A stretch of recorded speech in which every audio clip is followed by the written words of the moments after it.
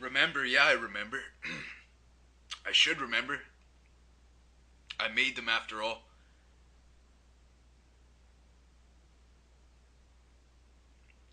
Goddamn, you know I'm here to fight. I just want to get the hell out of this oil. He collapses into the desert. I throw my poncho over him and I dig his shallow shelter and coax him in. The oil fires burn and moan all night.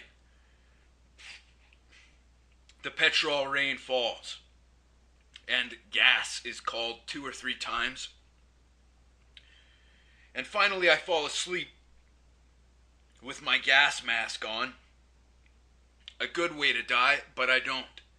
The next morning, I awake with my gas mask stuck to my face. I peel the mask away, and despite the fires, the morning air is fresh and cool against my skin. Because the moisture inside the mask may have tainted my filters, I replace them. Johnny and I are attached to Fox Company, and in order to take part in 3/7's assault on Ahmed Al-Jabbar airfield, the remainder of our battalion is supposed to rendezvous with trucks or troop carriers and join the attack in progress. Johnny and I drive to Fox Company in 5 tons. The grunts aren't supposed to like us, and they don't.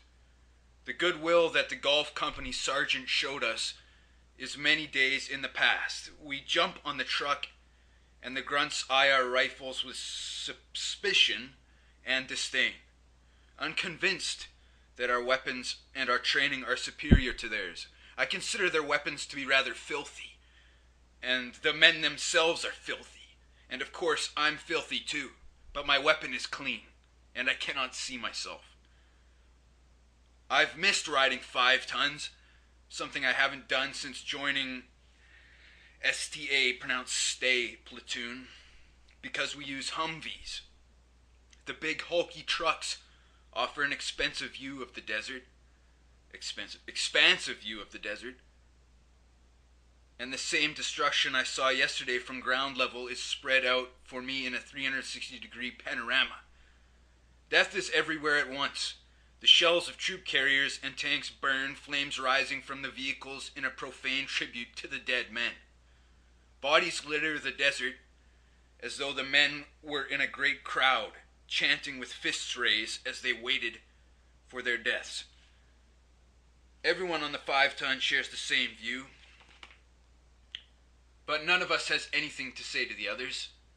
It's as though we want to keep the carnage to ourselves.